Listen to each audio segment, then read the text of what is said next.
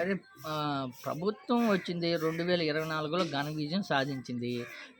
సాధించిన తర్వాత ఏదైనా పరిపాలన అందించాలా, ప్రజలకు మేలు చేయాలా అనే విధంగా ఉండాలే గానీ, ఏదైతే గత ప్రభుత్వంలో మేలు చేసిన పథకాలని, మేలు చేసిన బడుగు బలహీన వర్గాలని, వాళ్ళని ఇబ్బంది పెట్టడం, వాళ్ళకిచ్చిన ఆస్తులు ధ్వంసం చేయడం ఎంత దారుణం అంటే అంత దారుణమనే చెప్పుకోవచ్చు. గతంలో మోహ జగన్మోహన్ రెడ్డి గారు బడుగు బలహీన వర్గాలకి 2 సెంట్లు స్థలము ఇల్లు కట్టియడము అనే విధంగా ఇల్లు ఇచ్చే విధంగా ఉన్నాడు. ఏదైతే ఎవరైతే సొంత ఇల్లు లేదో, సొంత ఇల్లు లేని వాళ్ళకి 2 సెంట్లు స్థలంలో ఇల్లు కట్టించే విధంగా జగన్మోహన్ రెడ్డి గారు ఇచ్చారు. 25 లక్షల పైగా ఇల్లు కట్టించారు జగన్మోహన్ రెడ్డి గారు. ఇప్పుడు 2024 టీడీపీ ప్రభుత్వం వచ్చిన తర్వాత దారుణంగా అంటే దారుణంగా తయారైందనే చెప్పుకోవచ్చు. టీడీపీ గెలిచిన 15 రోజులకే విధ్వంసం సృష్టించిందనే చెప్పుకోవచ్చు. మామూలుగా కాదు. ఏదైతే వైసీపీ కార్యకర్తలను, వైసీపీకి మద్దతుదారులని, వైసీపీ నాయకులు వీళ్ళ మీద దాడి చేయడం అవన్నీ సరిపోయిన తర్వాత ఇప్పుడు ఏదైతే జగన్మోహన్ రెడ్డి గారు కట్టించిన ఇళ్ళ మీద దాడి చేసి వాడిని కూల్చే విధంగా తయారయ్యండి. ఎంత దారుణమో చూడండి.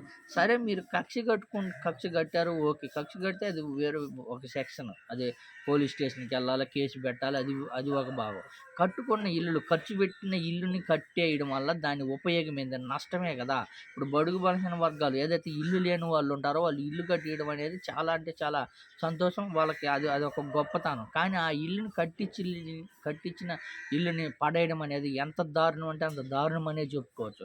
ఒకసారి చూడండి, శ్రీకాళహస్తి బొజ్జల సుధీర్ రెడ్డి గారు టీడీపీ ఎమ్మెల్యే. గతంలో టీడీపీ ఓడిపోయిన తర్వాత మళ్ళీ ఏదైతే ఎలక్షన్స్ టైం దాకా హైదరాబాద్లో బిజినెస్ చేసుకొని కరెక్ట్ ఎలక్షన్ టైంలోకి శ్రీకాళహస్తిలోకి వచ్చి ఏదైతే బడుగు బలహీన వర్గాల మీద దౌర్జన్యం చేసి ఈసారి మేము ఎలా అయినా గెలవాలనే విధంగా తయారయ్యి మొత్తానికి గెలిచిన తర్వాత ప్రజలకి పరిపాలన అందించకుండా ఏదైతే జగన్మోహన్ రెడ్డి గారు కట్టించిన ఇళ్ళని కూల్చేసే విధానం అంటే చాలా దారుణం. ఒకసారి చూడండి ఎంత దారుణంగా.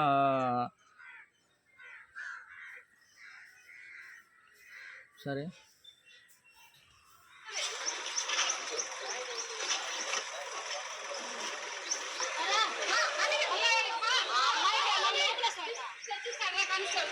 మహిళలన్నీ చూడకుండా కానీ ఎంత దారుణంగా లాగేస్తున్నారా. తిరుపతి జిల్లా రేణుగుంట సిబిఐడి కాలనీ దగ్గర పేదలు ఎంత దారుణమో. కట్టించిన ఇల్లు అలానే ఉంచి ఇంకేదైనా అక్రమంగా కట్టారో లేకపోతే ఏదైనా అక్రమంగా కట్టిస్తే కోర్టుకి వేయండి, లేకపోతే కేసు పెట్టండి. అలాంటి ఏం లేకుండా దౌర్జన్యంగా ఇళ్లలో ఉన్న మనుషుల్ని బయటికి లాగేసి ఇళ్ళను కూర్చేయడం ఎంత దారుణం అంటే దారుణం చూడండి. ఇది ఒక టీడీపీ పాలనకి అరాచకం అనేది చెప్పచ్చు.